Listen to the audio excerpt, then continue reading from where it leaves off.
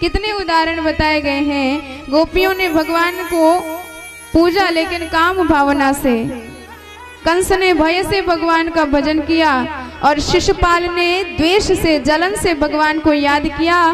भगवान ने उसी को स्वीकार करके उन सबका बेड़ा भव से पार लगा दिया। गोप्यः कामात् भयात् कंसो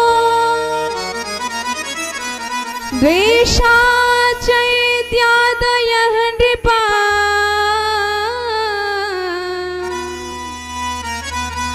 सम्बन्धात् कृष्णया स्नेहात् यूयं भक्त्या वयं विभो। तो भगवान कहते हैं